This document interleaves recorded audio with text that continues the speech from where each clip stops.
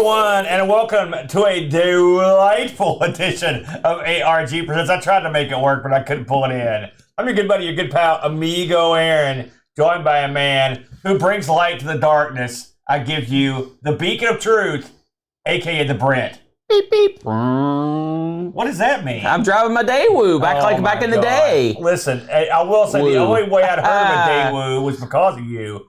Yes. And that plays into this week's festivities because we spun the wheel and we made the deal, Britton, this week. We're going to be playing games on the BAM, Zemmix, Daewoo CPC-51. It's going to be quite a treat for everyone to meet our good friend, the Zemmix. Now, yes. Had you heard of the Zemmix V CPC-51 before we strolled it last week? Clearly, you'd heard of it at least once. Absolutely not. No. I throw things on pieces all the time. Where did you get the idea for that one? I don't know. I honestly don't remember making the piece. And it's been on the wheel for a while, so there you go. You're an idiot. But I do know all kinds of crap about Daewoo, the company. We're going to get into it. Let's talk about the console before we move into the huge company that runs it. Because Daewoo, they're kind of a big thing, aren't they, Brent? Well, were. Yes. Yeah, they were. Are they gone? You're kidding me. We'll talk about it. So, this week we are looking at the Daewoo Zemmix V CPC-51. The Daewoo is a computer. Oh, that's not true. That's not true at all. It's a console that's based on a computer that it lives and breathes in Korea, South Korea. Yes. Now, I learned a few things this week about South Korea and about the Daewoo Corporation, a bunch of other stuff. So, first off, everyone's like, the Daewoo Zemmix V CPC-51. That's a mouthful, correct. Zemmix is a term that Daewoo puts on every console they made. Yes. Okay. You know what it means? I remember. I remember reading it, but I don't remember what it was. It means it's fun in Korean. So this is the Daewoo It's Fun 5 CPC-51. No, it's not 5. Well, V. The V is victory. That's true. You're right. It's V for victory. You're right. Good point. So it's the Daewoo It's Fun Victory CPC-51. And what does CPC stand for? I don't know. I couldn't find that out. So this thing launched at a price of 96,000. What is the Korean? Is it Woolongs or something? Their currency over there. I looked it up. And in '88, that would have been $80 or $200 today. So It wasn't like mega expensive. It wasn't cheap. Yeah, it's about the cheaper end for a console. Here's what I like though: if you want to get the Daewoo Zemmix with a joystick, that's going to cost you $109,000. So that adds. Wait a minute. Yeah, I guess the cold stick. I don't know. That's what I read. It's got 64K memory, 16K video memory. It took cartridges. Yes. Brent. And it took extra connections, including joysticks, mice, paddle controllers, etc., in the joystick ports. And ran on a RF output / composite video. So nothing super fancy. No, analog and it came out of RF, so it was a sign of the times. Well, and really slightly behind the times for '86. So let's talk about. So you're asking yourself, what is this thing? Well, I'm going to tell you. There's a computer in Japan. We've covered it several times called the MSX, a series of computers that were incredibly popular in Japan. Well. And I get some of this from Boat, who actually lived in Korea. Japan, if you heard Boat talk, a lot of Korean consoles are basically the Korean version of Japanese consoles because Japan and Korea had an issue. Yeah. And Japan's stuff wasn't coming to Korea. And so someone at Daewoo thought, hey, we'd like a console. Bam, MSX. And they did one of my favorite things in all of video games. They did what we've seen countless times on this show. They went and took a computer and just consolized it. But I will give Daewoo credit. They weren't going to spend any extra time doing this. So what they did was when you turn the Daewoo Zemmix V CPC-51 on, and you see there's nothing in the cartridge slot. It just comes up to a blank screen. You're like, nothing. Well, there's actually an MSX logo on this screen and some other stuff that would signify this is an MSX computer, but you can't see it. They've just got it all darked out, which I like. This thing is mostly MSX cartridge compatible, okay? Mostly. And so you're asking yourself, what's that mean? Well, this isn't 100% MSX hardware. It's close. But one thing it doesn't have that an MSX has is a keyboard. Yeah. And it has no way to attach a keyboard. And so any game that requires you to hit a button to start on the keyboard, you're boned. And as we'll get to it a little later, there are also other ways that you can be boned if you need a key during the game. So there's also that. So yeah. Now they originally, the word on the street is they planned to have a keyboard, but it never happened. This was actually turned out to be a fairly popular unit over there. It's funny because originally when the CPC-51 came out, you've got two color options. You know how they love different colors. Yeah. You had the red and the black, all right? And then all of a sudden, here comes another wave, the CPC-51B, the CPC-51R, and the W. The second wave offered black, blue, and yellow. The third wave the next wave was red and black, and the final wave was white and gray. And so the letters at the end of the name represents the colors after the CPC-51. Now, we didn't go into those, but it's the exact same console. Yeah. Different colors. Now, there are tons of these CPCs. There's a 51, 61. There's actually one before the one we played, the 50. There's a 120. There's a Neo Lite, CPC 330, and then there's the Superboy 120. All right, now you're asking yourself, what in God's name is all this stuff? Well, what all this stuff is are various versions of the MSX 1 and 2. Yes. Including one eventually that was a CD-based version. Now, the CD-based version is, oh man, you talk about collectible. Holy smokes, is that thing super duper collectible. But all these are actually difficult to find. I talked to Bode about this, and Bode actually turned me on to one of his buddies he talked to in Korea this week about this very thing. He was asking about the availability of the Zemmix V CPC-51.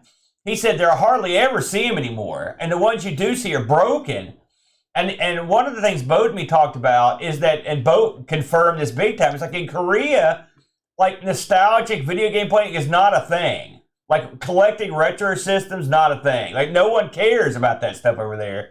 So coincidentally, older systems just basically get trashed. Yeah. And so a lot of these machines eventually are gone. Zemmix also did some software. So there were, of course, we mentioned that the Zemmix will play cartridges. It will play cartridges from MSX, but it also had its own Zemmix-based cartridges. All right, and other companies made cartridges for this thing as well. A big one was Zamina, but there was a bunch more that made them. Now, the funny thing about these are, in Korea, it's basically, at the time especially, it was like Hidden Pirate Island. It really was, yes. Like, there were no laws, and so they would just take existing titles. Like, there's a Mario knockoff for this. Yep. There's all kinds of Superboy clones and piracy on the Zemmix machines. That was just part of the fun. Even sometimes, I heard a story where Konami was doing something with Zemmix, and at the same exact time they were working with Zemmix or Zamina on a software, they were also having their own crap bootlegged by the same company. And they knew it. They still did it. Yeah. That's how things operated over there. Lastly, before I turn over to Brent, I found out that despite the fact that nostalgia is not a big deal in Korea, they have just recently released a Zemmix V CPC-51 Mini, if you can believe this. Yeah, I it's a saw mini that. version of the console, and it plays a bunch of games. I read a couple places that they limited the distribution of this thing to 500 for the whole country. Wow. And I saw 2 on eBay, by the way. And boy, did I want to buy them, but it was going to cost me $300 bucks. Don't do that. Don't do that. So I always thought, getting back to the company of Daewoo, I always thought I only knew them for making cars, but they made tons of other stuff, didn't they? What do you got? Well, I owned a Daewoo vehicle. Yeah. It was the first car I ever bought with my own money. Yeah. And way back when. Gosh, I can't remember when it was. It was white, wasn't it? Yeah, it was white. It was a white hatchback. I bought it at the time. I bought it for $9,000. Yeah. I had it paid off because I was living at home, working my first job at Dow. So this has been 20 some years ago. Yeah. I was working at home, so I could just make outlandish car payments every month. Paid it off in 9 months, right? Had it for a while. Realized something about the Daewoo vehicle. It's first of all, it was never made to drive in the West Virginia mountains because that thing struggled at all turns. However, we had some fun adventures in that little car. If you remember when we drove to, now this is a hatchback with Aaron and I in it. We filled up the car before we ever got out of the driveway. And then we drove to, where did we go to get that thing? Louisville, Kentucky, and picked up a pinball machine. It was a cocktail. It was a cocktail pinball machine. Star Battle. And the guy, when we picked it up, we bought it from him. First of all, wouldn't let Aaron use the bathroom. Yeah, what a jerk. I traveled like 1,000 hours. He wouldn't let me use his restroom. That was funny. But he was like, you're never going to get that in that vehicle. He kept saying it as we, without even looking at him, walked in, grabbed it, walked through the driveway, and put it in the vehicle. Wedged. We wedged it in the vehicle. I wish we had pictures of that. Yeah. It looked like the Daewoo was birthing the pinball machine. It did. It really did. And then we drove, 300 some odd miles back home with this pinball machine hanging out the back. Yeah, that we had many adventures picking up pinball machines and stuff. But the Daewoo, to be its credit, it took all that weight and got us home. It did. And then I sold it to my aunt who put it into a bus. Both her and the bus were fine. The Daewoo, however, was not. So that's what I knew Daewoo as, car company, which they were. But Daewoo is a deep company. There's Daewoo Electronics. There's Daewoo Electronic Components. Daewoo Motors, of course. Daewoo Buses. They make Daewoo buses. Precision Instruments, textiles, heavy industry equipment like earth movers, that type of stuff. Yeah. Shipbuilding, securities, telecom, and they're all over the place. One of their biggest sell-to point was the Middle East. So Daewoo ran into some problems, and with their main man being incredibly crooked, stealing billions of dollars from the company and basically bankrupted it. Really? So they're no longer around? Well, we'll get there. Oh, I skipped ahead. They sold the company and to an Iranian outfit for $550 million. And the Iranian people put down a $50 million, we're going to buy this, down payment. Yeah. And they were late on their next down payment. And they came back and they said, listen, we've thought about this for a little bit. We were bidding against this Swedish company who also wanted to buy Daewoo. We want to kind of, before we give you the next payment, we're wanting to know if we can kind of work on this price a little bit. So Daewoo said, no. In fact, we're cutting off the sales and thank you for the money. So they just took the $50 million and were like, screw you. They were like, Daewoo! And walked out the door. So I like this battle in the court, and they were like, okay, all right, fine, you're canceling the sales. Give us our money back. And they were like, no. They were like, we didn't cancel the sale. You canceled the sale. They're like, no, we didn't. They were like, uh-huh. So this went through the Korean courts for decades, right? Yeah. And the Korean courts were like, yeah, you've got to give the money back. Oh. And they were like, nuh-uh, we're taking this to the international courts. So they took it to the international courts. The international courts were like, why are you here? Give the money back. So they were like, oh no. Huge hit for the company. They had to give back all that money. It was like at that point, it was like $608 million. But here's what happened to Daewoo. So corrupt CEO actually fled the country, took billions of dollars with him. Yeah. Eventually came back to Korea, was instantly arrested because he was so corrupt. And Daewoo split into tons of these little entities.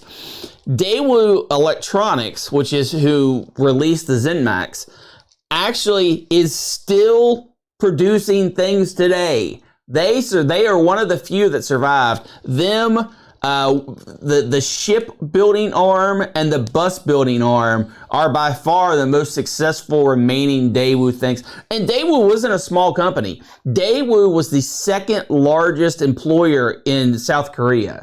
So these were huge entities, which is why they didn't just go away, even though they filed bankruptcy. They retooled and whatnot.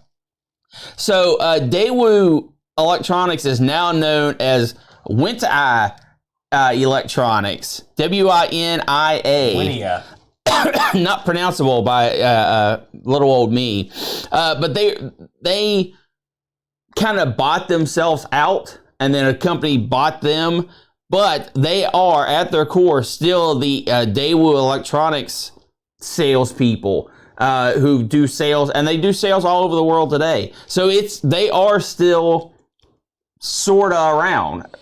The big question is, did your Daewoo hit a Daewoo bus? No, that is a good question, that's what and we all it is possible. Although most of their buses are sold in like India, well, there you so go. probably not. Very good. Good stuff there, the BRENT. You went into a little research. I like it.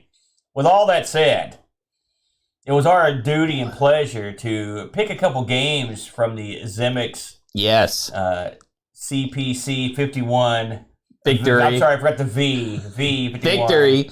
Now, we made our own house rule. And the house rule was pick a game that actually was released as a Zemmix cartridge. Okay, All right? yeah. And we both did that. And so, which I think's fair. Because again, this would play your CPC game. Yes. Something that was. Yeah, you could just get a MSX game, almost any game, like you said. Now, since you went to all the trouble to do all that research on Daewoo, I'm going to reward you this week.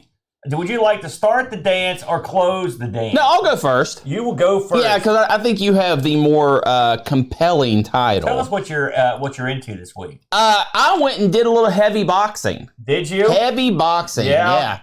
And that's the title, by the way. Heavy Heavy boxing. Heavy boxing. All right, let's get into it. Yeah. I want to see how you're going to approach this. So go ahead. I'll tell you what drew me to heavy boxing. Okay. Desperation? I was flipping through these auctions, and there was a puzzle game I was really going to do. Yeah. And I was like, oh man, but look, it's Mike Tyson. Yeah. It's Mike Tyson.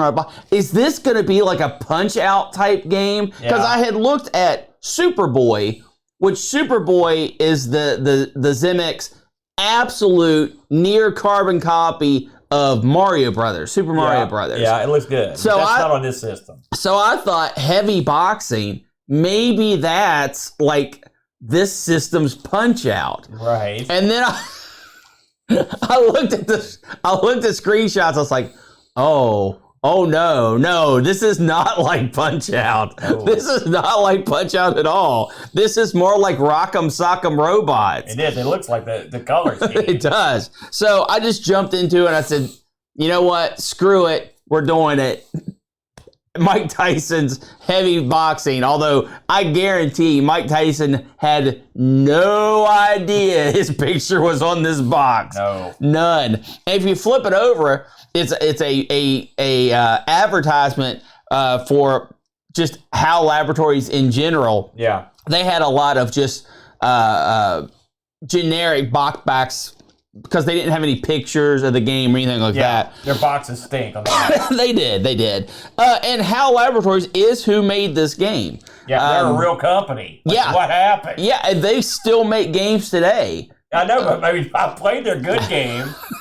Yeah. So, what is heavy boxing? Heavy boxing, when you start it up, you are given the title screen, heavy boxing, and a selection between one player or two players. And if you sit there long enough, it will go into a demo mode. Oh, we all really? like demo modes, right? I like demos.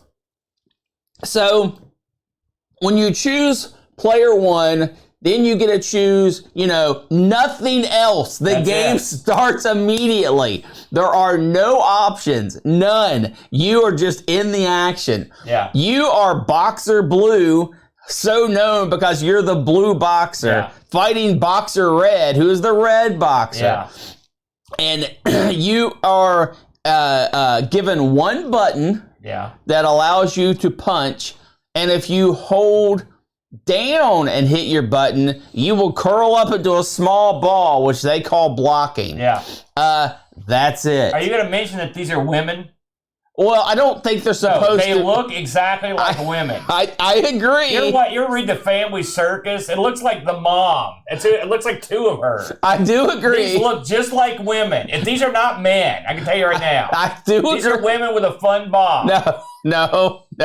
I do agree. They do look like women, but they are supposed to be men. How do you know? Well, Mike Tyson's on the box. Yeah, but neither one of these people look anything like him. Well, if you squint really hard, you can see him in the crowd.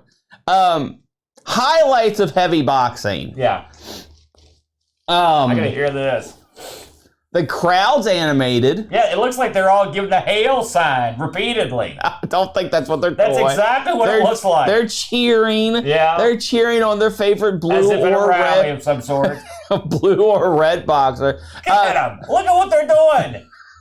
I've never been to a crowd like that. You are treated with a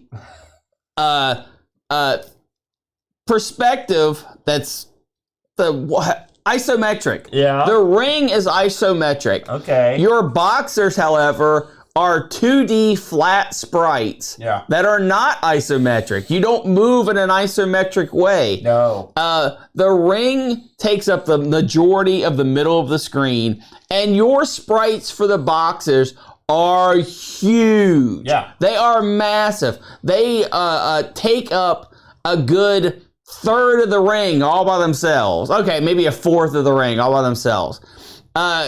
I've seen rings this small in real life. They used to have one in Huntington, and it was super tiny. So there's a precedent here. You tower over the ropes, right? Like if you know how the big men in wrestling will step over the top rope. Both boxers could do that without any problem. Yeah, they're tall brides. They're not women. They are absolutely women. They're not women. And when they fall down, they even fall and lay down like women. What does that mean? With their legs curved in a seductive way and pressed together. That's a woman. I'm pretty sure that's brain damage. No, it's not. Yes, that's brain damage. So you control your boxer. You move in. Like I said, you can hold down and hit the button to do a block.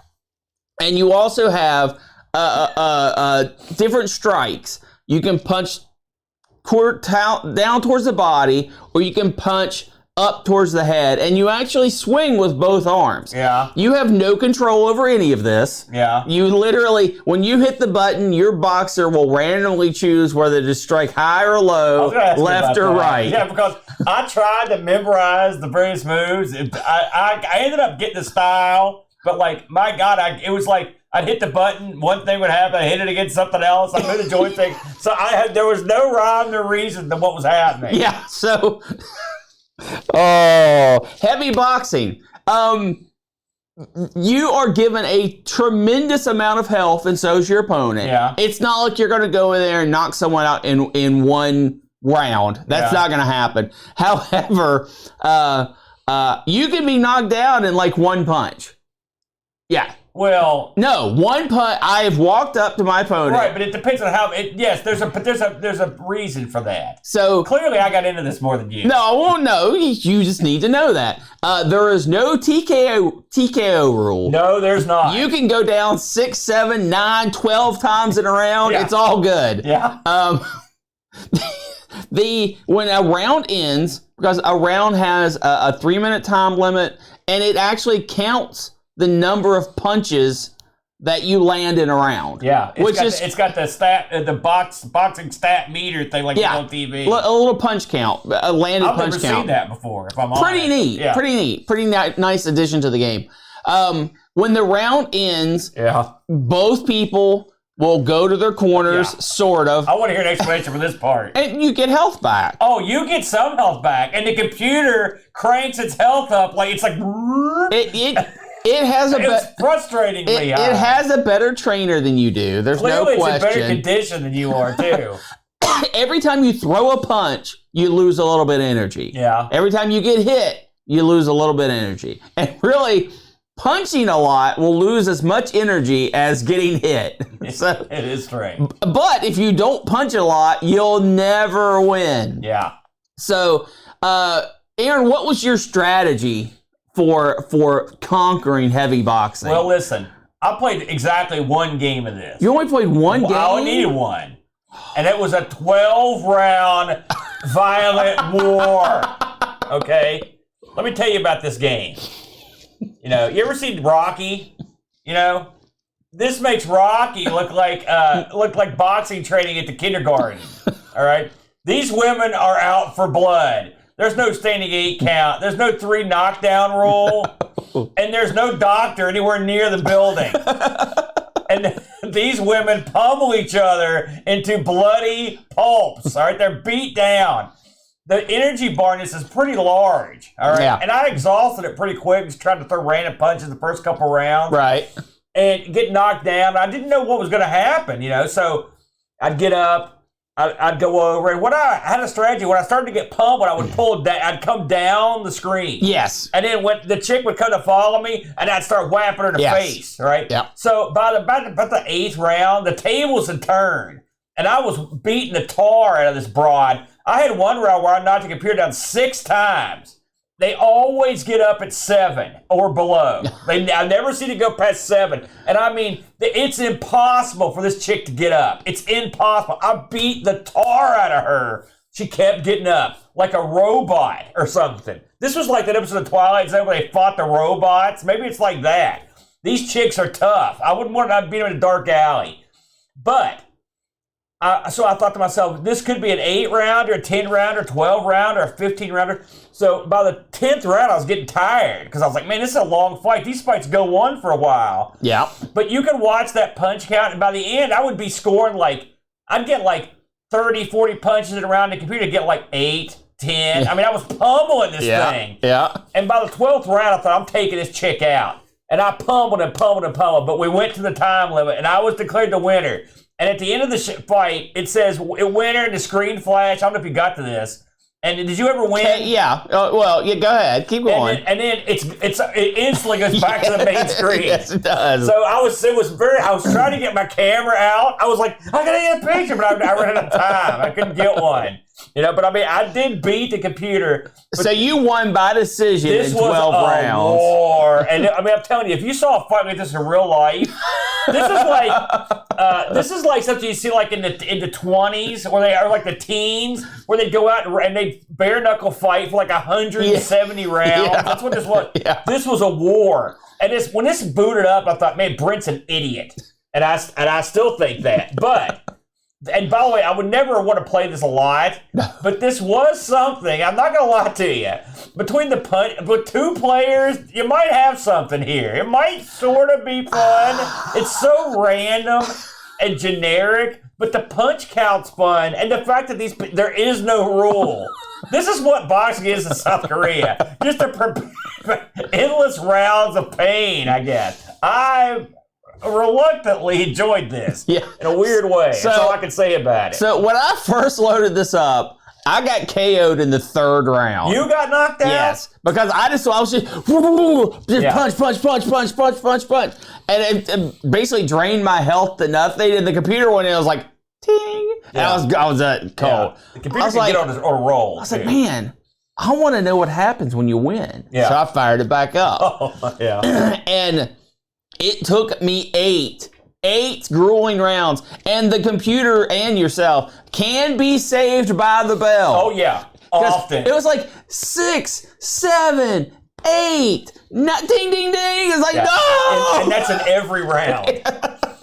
Even the 60s, the rules were tighter than this in America. So I eventually did KO my opponent in the 8th round. Yeah, What's that like? I mean, I've never seen the number 9 come on the screen.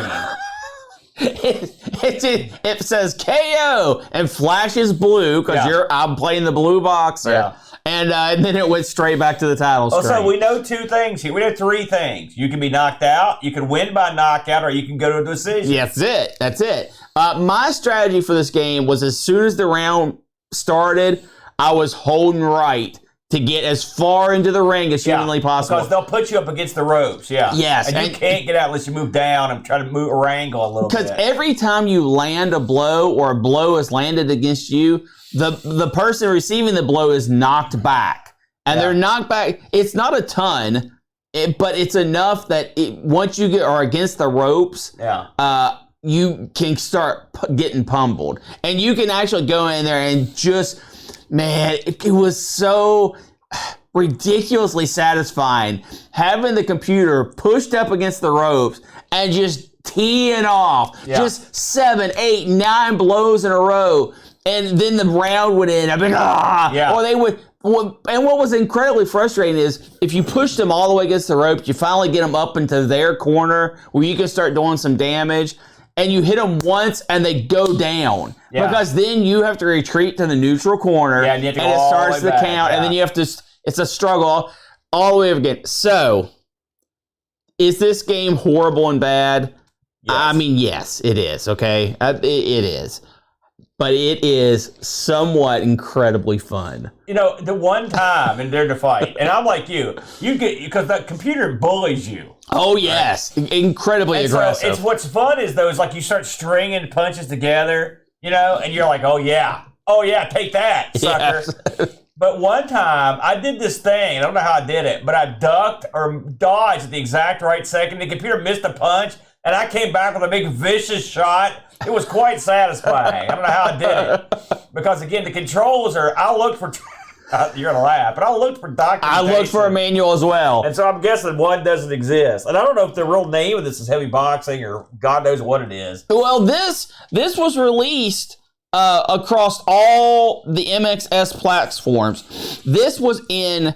Was it called heavy boxing in every version? Yes. It was. Why heavy boxing? I don't know. I guess why not heavyweight? I don't know. But this had advertisement. This was advertised in 3 times in MSX magazine. It had 2 news articles about it in MSX magazine. Because there can't be that many fighting games where the 2 women square off. And there was 1 review for the game in the magazine, and then one much later. For some reason, they reviewed this in '93 in one of the MSX magazines. 10-year anniversary. But this game got tremendous hype. It had to have a push behind it because it had so many magazine advertisements. Yeah. Anything on ICO or Koji? No. The 2 guys that made it? No. Nothing to be found. If that is their real name. That's it. Yeah. So, in the end, is this a good boxing game? No. Is this going to replace, something like Mike Tyson's Punch-Out or even like Ring King? No. This is more like Atari boxing. This is like Atari boxing, but for some reason, tremendously, I really enjoyed playing this. I'm not going to go play it again. No. I've accomplished everything I want to accomplish with it. But for the 15, 20 minutes I spent in my fight, the one I won, I had fun. I was excited when I'd get them in the corner. I was ticked off when I got knocked down. There was probably 30 knockdowns in the fight that I won. It was ridiculous. It was fun to pretend that this was a real fight between 2 chicks. You know, one of the I didn't think it was 2 chicks. One of the all-time great lady fighters is from West Virginia, believe it or not. And so I've seen many lady fights, but ladies boxing is falling out of favor. It's all like ladies MMA. No one really does. You don't see it much anymore. There's a little few of them. But I like the idea of, in my mind, this vicious, like, no holds barred, no athletic commission, death battle. between the two toughest broads to ever get in a boxing ring. And so on that level, I did enjoy it. So I mean, I had a different viewpoint than that, but I also enjoyed it. I think this is worth giving 10 minutes of your time. Oh yeah. Aaron, do we have any Discord reviews while I announce the incredible price tag this game demands? $1,000. Yeah, and this game for the Zemmix can be yours. Holy cow. Yeah, the Zemmix, the stuff isn't cheap. It is crazy expensive. You're going to be amazed at this, but we actually had 2 reviews on this. I can't believe it. First off, our good buddy Pajako 6502 writes, not a full review as I've had like 20 minutes with this, but did I miss something? That's enough. The boxer punches in a sequence of down, mid, up, etc. So I didn't really have any control over my punches. I felt I had to queue up my next punch. I needed to add hope I could strike at the right moment. Yep. I can duck and move very slowly around the ring. But honestly, the moving, some in 2.5D didn't really add anything to the game. The whole thing played like a typed-in basic program. I tried out Konami boxing, and that game was way better. Oh, no, Is this just a bad game, or is there something about it that would make it worth another look? No, there's not. Nope, that's it. Oh, man. 20 minutes is all you need to spend with this game to get what you're going to get out of it. Our own John Bodekar Schaller also stuck in a review here. All right. Heavy Boxing has some things going for it. I appreciate the scoring at the top of the screen. Something you almost never see in a boxing video game. That's very true. The crowd makes an attempt to be animated, much like the crowd at a Milton wrestling event. That's also very accurate. But apart from that, there's little to recommend in this game. The boxers move glacially around the ring. You have no control over the direction of your punches, and aside from the belt, of the bell, there is no audio. Until Nintendo... Oh, no, that's not true. There's music. Well, yes. There is a... Well, yeah, there is a... It's a repeating tune. Like 6 notes. Yeah. Until Nintendo cracked the code with Punch-Out, boxing games are almost universally disappointing, and Heavy Boxing is no exception. Burial. For just to put out the facts there is a looping soundtrack while you play... And the best part about it, a soundtrack. It's more like a doorbell. That's basically the length of it. To be fair, though, it has an awesome fade in and fade out effect when the round begins and ends. I appreciated, and it never got on my nerves because I really only paid attention to it when it is not real loud. It went up. It tuned up when the round started to kind of get you into it, and then it kind of fades in the background, and then you're locked into the action. Well, listen, action. It was an interesting pick. When you first, by the way, you were late getting your pick in this week. A little late. So I thought to myself, Brent's really struggling because he's lazy and dumb. But when I looked at your game, I thought you're lazy and dumb, and you're also a glutton for punishment. And you also don't like me. So, but I mean, overall, I made the best out of what I would consider a bad situation. Did you enjoy playing it? I did. Bam. I played 12 round. By the way, that's all you need to play. You play this one time, then you're out. Yeah. Can you imagine dropping a grand on this, taking it home? Look what I got, kids. No. For our Daewoo Zemmix V CPC-1. Not 5, V. Sorry. All right. So let's switch gears. All right. Shall we? I actually picked a game that I thought looked pretty cool. And so they had a cool name, too. So you know how I like to do it. The game I picked was Kings Valley. Yeah. Pretty good name. It is a good name. Published and developed by, you may have heard of this company. It's a little company called Konami. Yeah, about as big as HAL. They're bigger than HAL. Konami? Are you kidding me? HAL Laboratories is pretty big. In 1985. Now, we'll get into the multiple platforms you can play this on, but originally, this was released on the MSX, and of course, it got its own cartridge on this system. And, believe it or not, there was a bizarre, little-known official port of this that goes for DOS, which I actually played, by the way. But, I mean, good luck ever seeing it. You'll never see it. The Kings Valley is an unusual game. So Konami heavily supported the MSX. Yeah. We should put into perspective, since this system is basically MSX based. All right. The Zemmix is a computer without a keyboard, and the MSX was the #1 king dong of computers at that era in Japan. Yes. There was, I mean, it was, and the whole series of MSX machines were super popular. Yeah. This wasn't like a Coco or something. I mean, this thing was all, big news. this is a big deal. Big news, And yeah. so all the big companies came to town. All the arcade ports came to MSX. Yeah. They got everything. And so they also had first places like Konami. Here's Konami releasing a title that didn't even, and this is 85, mind you, and they're releasing an exclusive home title. Yeah. You know, so I mean that's something to it. Yeah. Yeah. So it's said, I read this a couple places, I can't vouch for this, but it's sort of the same, that Kings Valley is the spiritual successor to the arcade game Tutankhamun. Absolutely, 100%. It has some similarities to it. It has the exact same. Is the same, but there are differences. Oh yeah, it's not nearly as good. So, what is Kings Valley? Kings Valley, a platform game where you play an explorer that is going through basically let's assume it's a pyramid, but it's some sort of underground layer or whatnot. Yeah, a tomb. And your goal is to get all the jewels, and progress through the pyramid. Rob the place. Yeah. Well, I mean, listen, we don't know the backstory here. Maybe the mummy stole his stuff. Let me tell you something. This guy's not collecting this stuff to put in a museum. You don't know that. I do. These could be bowling balls, for all we know. Shiny gem-based bowling balls. In this game, again, you play the pith helmet wearing explorer as he runs through the mummy's tomb, collecting all the various bowling balls or gems.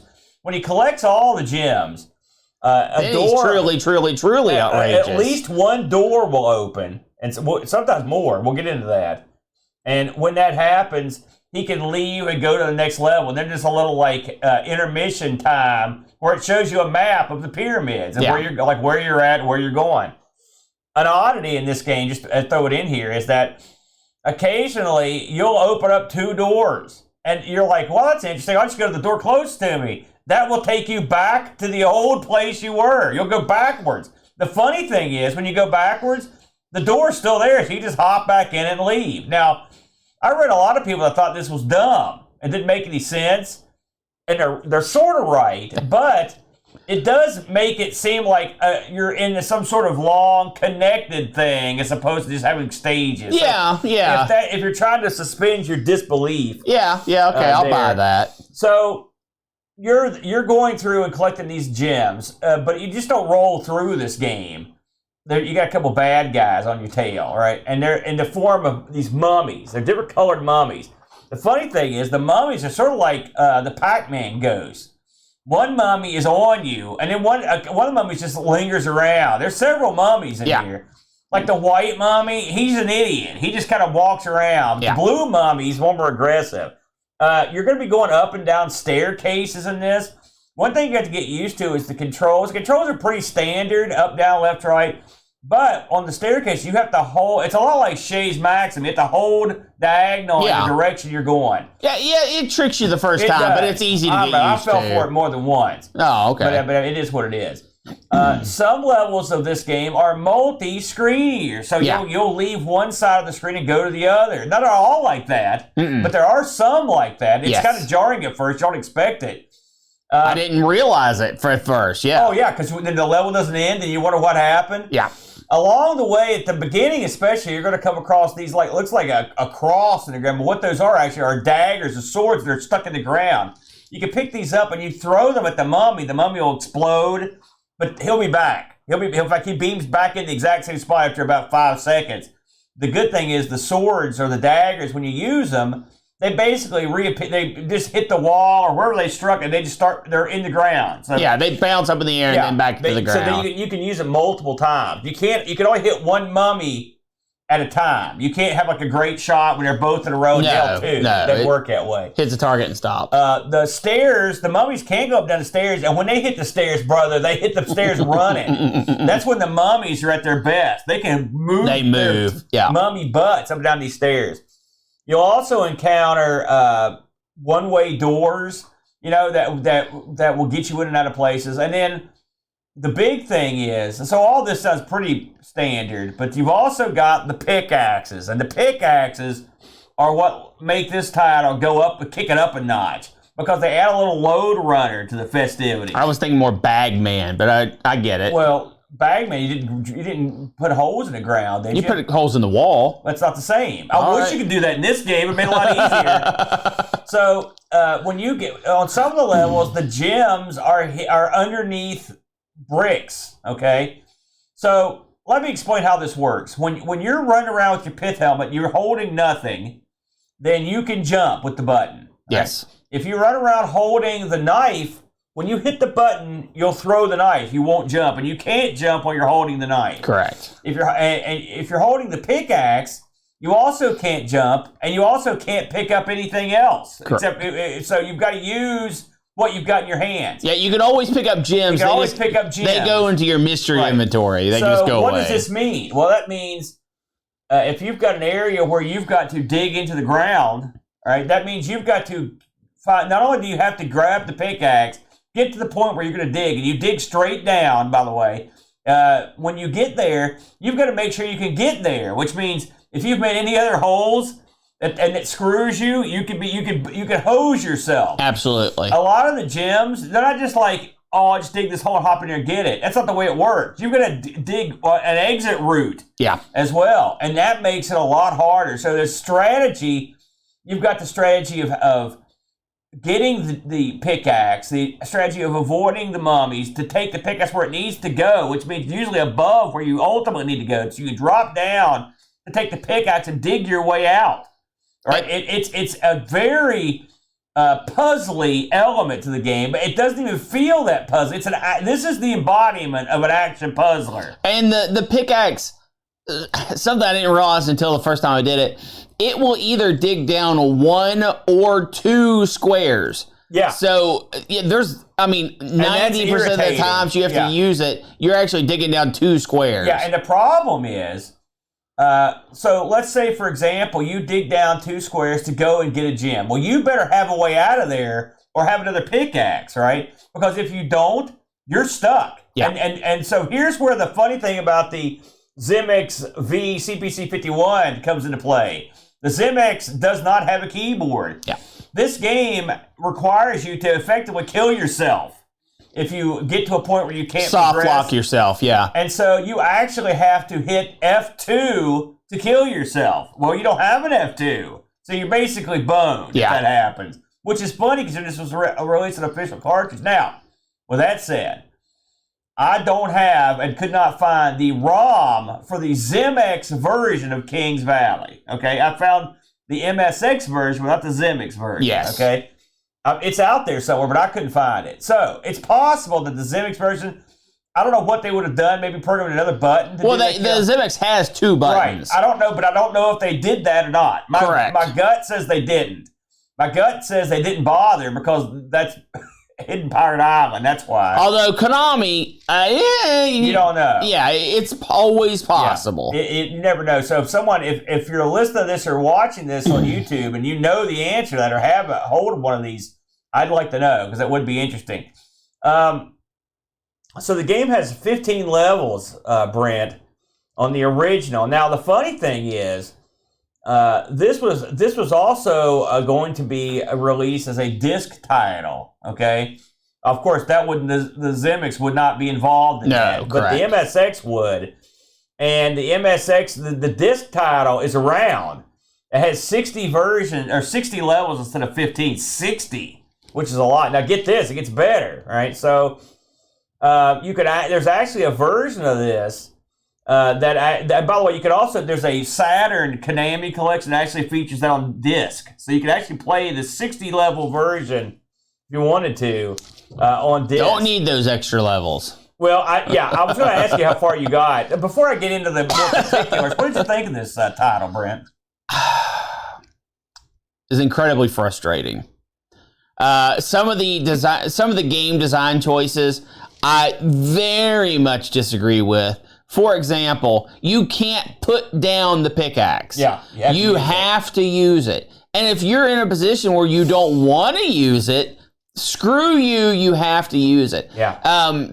Soft locks, they're 100% avoidable, but they also happen a lot. At least they happen a lot to me, because I would need a pickaxe, or I would pick up a pickaxe too early, be forced to waste it. I mean, the sword, you're forced to use it too, but you can just throw it, right? And then who cares? You pick it up later if you need it. The pickaxe is forcing you to use them. Pain in the butt. I got nowhere in this game. I was stuck on level 2 for 2. I made it past level 2, but I was stuck on level 2 longer than I wanted to keep playing the game. So I didn't have fun. The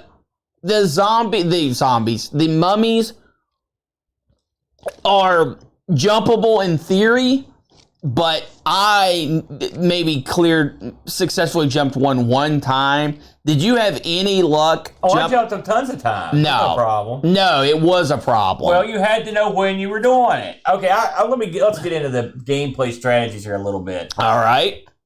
I got to believe level, I want to say 5 or 6. I don't believe you. Go ahead. It's true. I don't believe Now, you. there were levels that were harder than others. You did that without save states. Oh, no, I use save states. Oh, tons so of you them. cheated. Okay, Absolutely. now I can at least believe you. I want to see further in the game. Okay. Good grief. Because you have a limited number of lives. You cheat all the time. I never cheat. He cheats all the time. I don't. Anyways, so I played this, and the hardest thing to get used to is carrying around an item to get it to where you need it. Okay, it's funny because it's like often the mummies don't even bug you that much.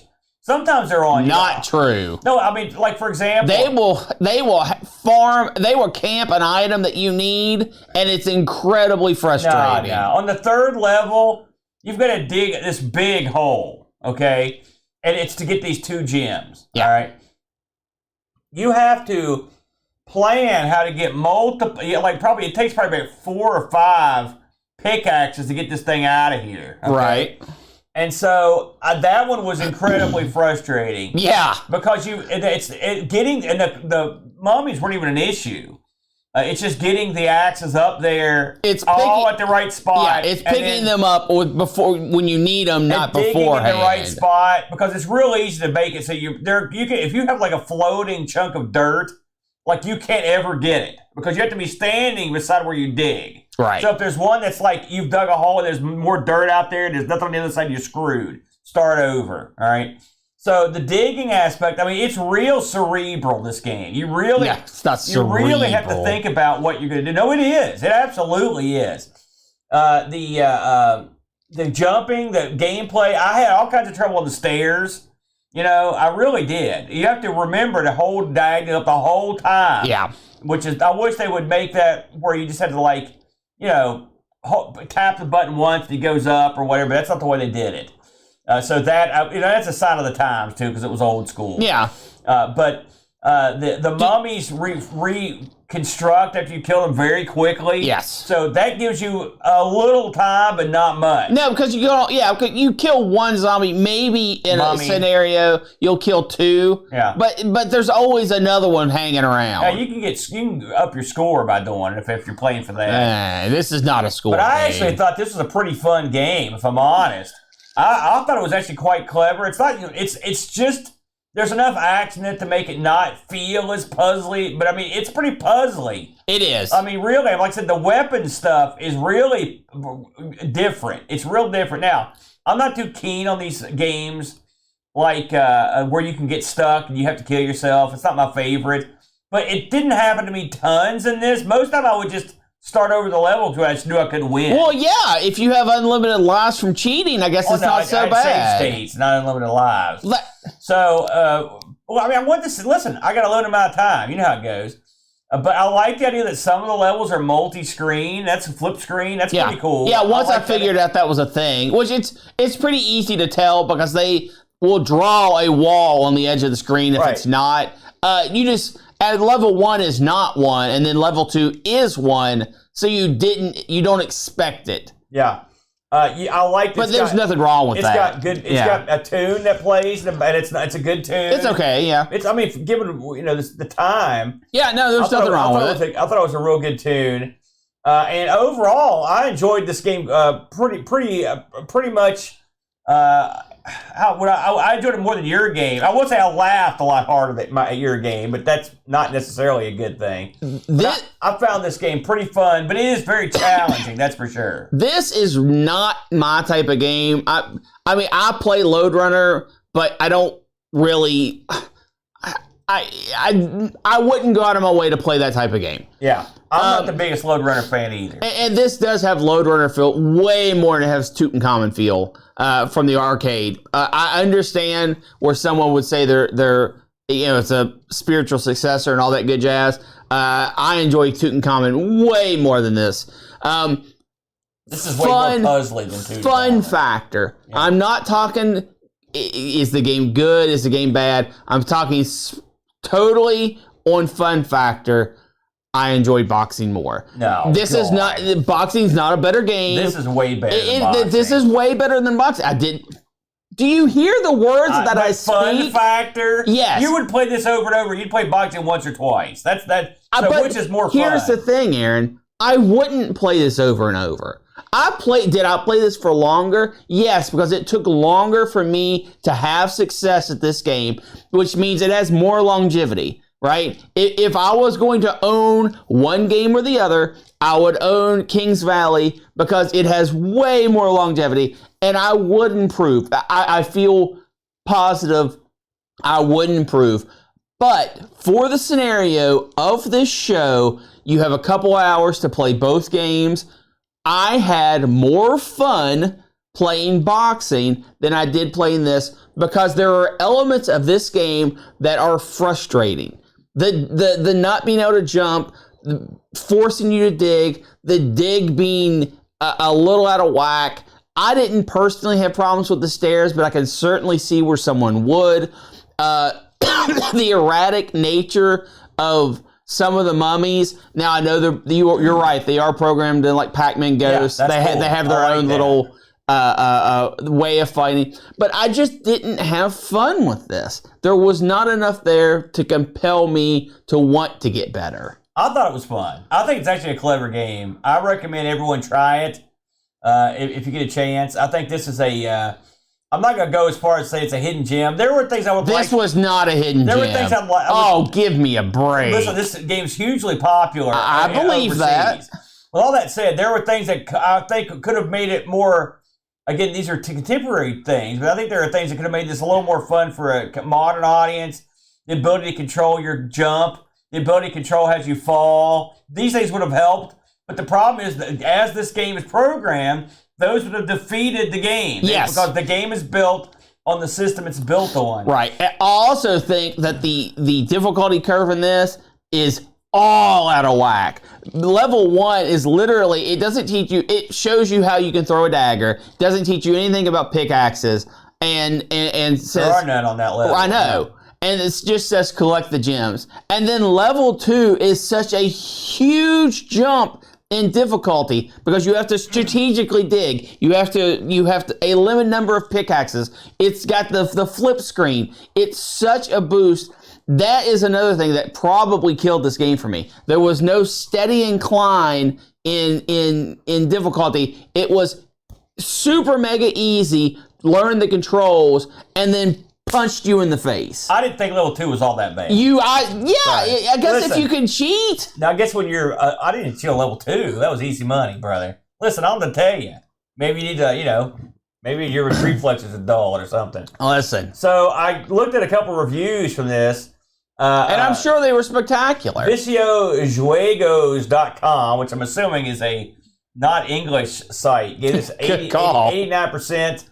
Mini Rever gave it a 70%, and Backlog that gave it an 80%. So I think those numbers are maybe a little low. I would give it. I think 70% is a perfect 70. That's way too low. That's a C. This is above average title. No, seven out of 10. I think that's a very fair score for this game. I think this is a B game. I think it maybe even B plus. I think it has B mechanics, but I think the level design and some of the flaws we mentioned bring it down. Let's hear what the people had to say. The Brent Pajako chimed in. This is an incredibly fun and innovative game that has traditional platform game elements, but also some puzzle action, too. The enemies are what I can only describe as some of the most terrifying 8-bit video game enemies ever created. That pink mummy that runs at you is the stuff of nightmares. You probably didn't see him. It's a tough game from the start, but it didn't feel cheap. I really like how much life the developers managed to cram into the characters, and the music is catchy without being annoying. The only issue with the game, specifically in the Zemmix, is that it's possible to soft lock the game, as we mentioned. And with no keyboard to hit the suicide button, you have to reset the game and restart. So I'm docking it a point for that. But it's still a fantastic must-play, 8 out of 10. P.S. The game would work great on any system, so homebrewers get cracking. Trust me, they did. We'll get to that in a minute. Bo chimed in on this one. The MSX continues to surprise and delight. It's kind of a glimpse into an alternative future where the NES could have been replaced by a computer that had both an extensive disc and cartridge library. Kings Valley is an excellent example of where the scene was in 1985. A solid single-screen platform title that offers plenty of challenge and stage-by-stage variety with a jaunty tune that doesn't grate and competent sound effects. I appreciate the reusable weapon, something not found often in games of this time, and the lack of fall damage. The only problem I had with this game was finding the exact spot to stand on to go downstairs. All in all, though, an excellent effort on an oft-overlooked platform. Looks like they're with me on this one, Brent. I didn't say this was a bad game. A popular title with our friends on this one. Now, you're probably asking yourself... I didn't say this was a bad game. You're asking yourself, I don't know what's wrong with Brent, but why hasn't this been ported to more things since it's so popular? Well, I've got good news. This actually has been unofficially ported to many things. On March 29th of 2021, there was an Amiga version released as a Blitz Basic hobby project, and you can get that for... No, I take that back. I don't think it's for free. It might be. You can look into it. It's an Amiga version. There's an unofficial port on the ZX Spectrum made in 2009 by RetroWorks. And in 2020, there was an unofficial remake on the C64. I looked at the C64 version. It looks great. Yeah. It's got all the C64 stuff you would expect, but they kept the game pretty much intact. It looks like a lot of fun. So that's also one you can look into. But overall, I enjoyed this one, Brent. I had a good time. So what did you think as we close up shop here? What did you think about the Zemmix V CPC-51? Well, I would love to get my hands on one of those controllers. Yeah. They look fun as heck. Yeah, they have a suction cups on them. I mean, look to the bottom, they got 2 buttons. They look quite nice. Yeah, they match the color of the Zemmix. Yeah, they look like a good arcade-style controller. That reminds me, just for fun, I did a little eBay look on these. Right. So, Kings Valley, by the way, if you're looking to get into it, these things cost a fortune, as you can imagine. The Kings Valley had a sequel, I should mention, Kings Valley 2, and it goes for big money as well on there. These things are $1,000 complete in box. Yeah, that seems to be the going rate. Now, if you're interested in picking up a Zemmix, you might as well pick up all the cartridges because clearly you're wealthy if you decide to do that because they are uber expensive. I looked up the price of the actual console itself. So if you would like a Zemmix, good luck. I couldn't find any for sale. If you would like a Zemmix Mini, right, which has a bunch of Zemmix or MSX games on it, I think there's 20. You can get one, 2 different colors, red or white, for $200. Then you got to pay for the shipping from South Korea, which is going to cost you another $60, $70. So they're not expensive. Now, the one thing is expensive. One thing you might want to go for is one thing. I thought this was cute. I almost bought one until I looked at the price. There's a Zemmix cushion plush doll. It looks just like the Zemmix, but it's plush. It's on a keychain. If you like that sort of thing, those are only $40. Then you got to pay $60 shipping, so $100. But they're plush. I'd like to have a plush Zemmix to have hanging around the house. And then if Brent mentioned these, so I'll go into it. The console is a pleasing home plate design. It does look like a home plate. If you're interested in any of the Zemmix offspring, like the Superboy, all those things, just to give you a heads up on what those games for. Most of the carts go for around $100, but the more popular carts, that Super Game World 64, whatever it is, $1,500 US. Woo! That ain't cheap, brother. The Zemmix is going to set you back. I would love to have an MSX, by the way. I'd love to have one, but they don't look as cute as the Zemmix does. The Zemmix is one sweet-looking baby. I enjoyed our time on this one. I enjoyed learning about it, and I enjoyed everything about it. Now, Aaron, if you had a broken Zemmix, do you think that you could send it to Retro Rewind to get it fixed? Man, if anyone can fix it, it would be our good buddy Frank. And why is that? Because Frank, a man with years and years of experience, and the good thing about it, something like a Zemmix, is it's basically electronics, brother. Yep. And I looked at the inside of the Zemmix thanks to Boat. It's not much to it. One board, a cartridge slot, so probably so. But Frank goes well beyond the limits of the Zemmix. If you've got anything in the Commodore 64 family, the Commodore 128, the Amigas, the CD32s, the CD-TVs, the entirety of the Commodore line, the VICs, Frank has got you covered. Not only does he provide service on these, if they're not working correctly, you can send them up there. He also provides you the ability to fix your own machine. Yes. With diagnostic tools, diagnostic cartridges, replacement caps, chip pullers, the whole 9 yards. On top of that, Frank's got a full service store that includes accelerator boards. It includes things like SD solutions like the Kung Fu Flash. And if you've got a TRS-80 color computer, and if you don't, you should get one. He provides full service on those, including selling the very popular SDC. I'll be seeing Frank, by the way, along with John, Boat of Car Schaller, when we attend Cocoa Fest in a couple months. Absolutely. Yeah. That's our good buddy Frank at RetroRewind.ca. Please go over there, tell him we sent you. Now, Aaron, yes, sir. We've got a little wheel action we need to talk about. What do you got there? Added to the wheel in the Retro Rewind space. Yes. Black and white games. One of our least popular episodes of all time. I'm glad to see you bringing that back because that pinball machine I covered has a sequel. And for the new piece, Urban Legends, Aaron. Urban Legends. Who suggested that? Mr. John Schaller. Oh, okay. We're in-house. All right. Hold it right over there so it gets out of the glare. There you go. Let's see this thing go. Over that way. We have the Microvision. Oh, that's outstanding. That is great. Microvision that was by suggested Aaron. by me. Yep. Because I can't believe we covered it. Microvision, literally, one, if not the first handheld, one of the first handheld. And next week on the show, we'll cover two Microvision titles, and I'll actually bring here in-house.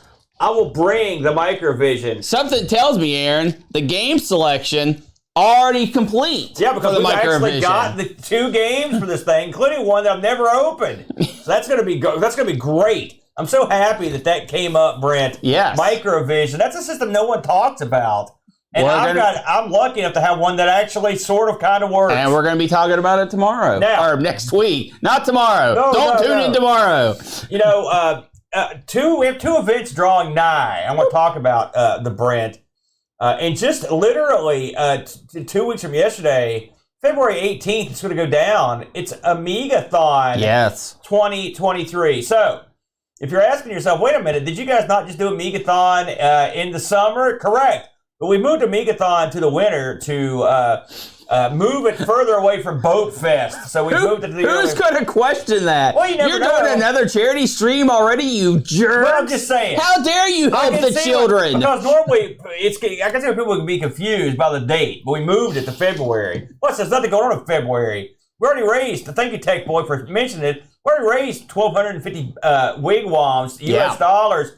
I want to thank all the people that have donated. I want to thank Frank for matching the first $500. Yes. Everyone that's donated, we'll be sure to mention you when we get the whole thing cooking. Again, this will be February 18th, 8 a.m. Eastern Standard Time, live from Boat's basement. Yep. Me, you, and Boat for 12 hours of nothing but hot, incredibly hot Amiga action. And if you want to donate right now, you can go to amigathon.com. It will link you to the donation page. No one here ever touches that money. It goes straight into the donation kitty. Yeah. So if you want to donate early so you can just sit back and chill for the rest of the stream, go right ahead. If you are not able to donate, don't think you can't come around. Come on around. If you want to help out, invite some buddies.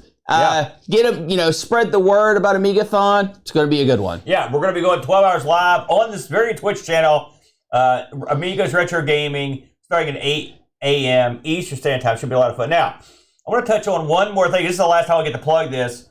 This coming Saturday, which is the 11th, Brent, myself, the Round Mound of Sound, Amigo Aaron, joined by Professor Wrestling, Tim Legg, and the Southern Dandy, John Butterf Carshaller. We will be live from the India Center in South Charleston for Battleground Wrestling. It's going to be a heck of a show, headlined by Bobby Fish, the infamous Bobby Fish, being the main event. Should be a great show. And we're going to be broadcasting this show free on our Twitch channel live from the India Center. So you'll see me, Boat, and Professor Wrestling, Tim Legg, calling all the action. So if you're interested in some local, low-level indie fun, please stop by and check that out. Again, this will be it'll be this coming Saturday, the 11th of February. It'll probably kick off around 7 p.m. I think, Brent, that is all we've got. Do you have any parting thoughts when we take things to the house? Nope. Fair enough. We'll see you next week for the Microvision. And until next time, Woo! Thanks for joining us today. We really hope you enjoyed the show. A special thank you to Duncan Styles for our vector style graphics and BarkBit for our amazing music. Would you like to help keep ARG spinning? You can do so at patreon.com/ARGpresents. Just like these fine folks. Chris Munch. Ireland 17. The Ron Garut. Templar Mar. Z9K9. Jerry Dennington. John Dykeman. Retroology. Air Shack. Texas Foosballer. Sundown. Oh Wrong. Super Tech Boy. David Terrence. Mr. B. Roushi. Graham W. Vetke. Dave Velociraptor. Bernhardt Lucas, Steve Rasmussen, Anthony Jarvis, Bitterblitter, Pajako 6502, Kevin Bean, Andy Jones, Andy Craig, Rob Black O'Hara, Jason Warnes, Mitsuyama, Chris Foles, Frodo Edel, the Richard Smith, Terry Howard, Olaf Hope, and Rolo. They all have access to our Discord channel, their name called out in the credits, and visualized in the ending scene. Have an idea for a wheel piece? You can send it to us at argpresents@mail.com.